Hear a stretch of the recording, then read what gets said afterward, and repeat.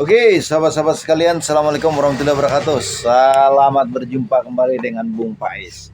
Kali ini kita akan menganalisis strategi bisnis daripada Ninja Express, ya, orang-orang yang digaji tinggi di situ, development strateginya, ya. Ternyata dalam pandangan saya itu terlalu lemah lah membuat satu kebijakan sehingga di masa-masa sulit ini, ya, saya kasih tahu ya, kata Lokengong dalam saham itu, di masa-masa banyak ketika saham itu naik, ya, semuanya itu terlihat bagus, semuanya itu terlihat berpakaian. Tetapi ketika dunia saham itu di masa sulit itu kita akan melihat, ya, ketika air kering kita akan melihat saham-saham atau perusahaan-perusahaan itu akan telanjang. Itu kata Lokengong, ya. Ya, sahabat-sahabat sekalian, saya ini sebagai investor, ya. Jadi bukannya cecek ngomong begini, ya. Ya, saya membaca laporan keuangan TBK puluhan, ya. Saya membaca earning per share-nya, saya membaca income-nya, saya membaca income statement-nya, saya membaca arus kas-nya, saya membaca rugi labanya, ya. Jadi kalau Anda berpikir bahwa saya ini nggak punya capability, Anda keliru besar, ya. Anda keliru besar, saya ngomong, ya. Saya akan coba, ya. Pasti saya juga sarjana ekonomi, ya, jadi sangat pantas lah saya bicara beginian. Sayang ya Bang Andri, ya, Ninja Express melakukan suatu strategi yang saya namakan dengan cluster, ya.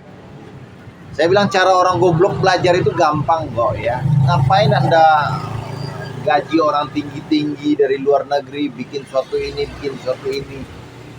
Ya, kita ini kan bukan hidup di dunia penemuan-penemuan utama, ya, tetapi penemu utama juga belum tentu bisa lebih baik. Tapi bagaimana Anda memodifikasi suatu ATM itu amati dan tujuan itu kata-kata yang dalam satu manajemen strategi itu yang paling utama, ya.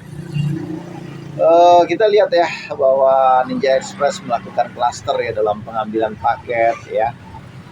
Contohnya TikTok itu nggak bisa mitra ngambil, itu boleh dikatakan nggak bisa, KPI-nya harus 100, ya, itu sangat tidak masuk akal lah saya bilang, ya. Tetapi itu kebijakan perusahaan, silakan, ya, silakan aja, ya.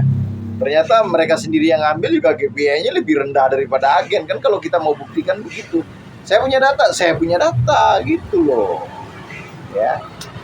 Jadi bukan saya nggak punya data, barang yang orang yang diambil institusi itu, kalau saya ngambil tiap hari saya ambil, tapi kalau institusi yang ngambil bisa sehari 2 kali, kan begitu, bos, ya. Jadi strategi cluster itu jelas salah, ya. Sebagai contohnya aja, ada orang yang drop, ya, paket mitra, paket dari non marketplace, dia main di FBS, ya, tapi dia kita tahu ya dalam Ninja ada Soskom, ya, sistem clusternya namanya Soskom, ya. Itu kan harus yang ngambil itu harus orang yang bersangkutan atau yang didaftarkannya itu. Tetapi ketika misalnya barangnya itu ada di 2 kota yang berbeda, itu bagaimana solusinya? Nah, ini kan satu strategi yang nggak bisa memecahkan masalah. Akhirnya orang tuh kan akhirnya membentuk Ninja, kan. Emang COD Ninja doang? Nah, itu yang dipikirin oleh manajemen strateginya, ya. Kecuali kamu doang yang bikin. Masa begitu aja yang nggak bisa dianalisis? Ya, sekali lagi, ya, strategi paling gampang itu kan cloning, ya. Orang bikin apa, ya Anda bikin apa. Kalau orang di sektor itu dia lebih baik, ya ngapain Anda bikin yang di sektor lain yang benefitnya lebih dikit. Sesimpel itu aja lah. Kalau gaji orang development strategi itu sampai ratusan juta, aduh, sayang banget itu. Konsultasi sama saya aja gratis itu, ya, nggak usah bayar saya, ya. Yang penting saya dikasih orderan aja. Kasihan deh lu. Saya kasih contoh aja Shopee, dia nggak cluster, ya. Anda bisa lihat sendirilah. Kecuali Anda pakai mata kuda, ya, Anda cuma tahunya diri Anda, itu ya salah Anda sendiri. Ya, Anda Lex ya masih pakai cluster lah, JNT nggak pakai cluster, ya. Ya banyak lah yang nggak pakai cluster, Pos nggak pakai cluster, ID Express nggak pakai cluster, si cepat ya memang kan dia nggak buka kemitraan, ya. Jadi begitu sahabat-sahabat sekalian. ketika intinya itu dari manajemen strategi itu, ketika seseorang memberikan benefit lebih, ya, Anda memberikan benefit yang lebih kurang dari dia, ya selesai Anda. Ya, sekali lagi, ya paling sederhana, mantap nih Jenti. Nah, itu Jenti bawa tuh 10 karung dari TikTok.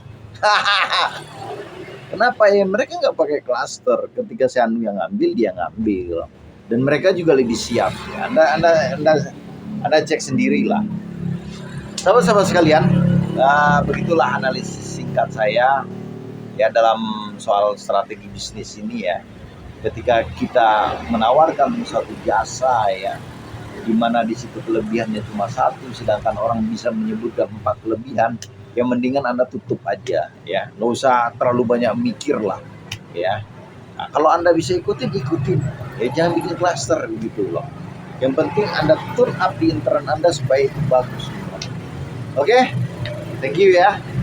Mudah bermanfaat analisis strategi dari Bung Pais ini ya, seorang investor saham yang insya Allah portonya akan luar biasa nantinya.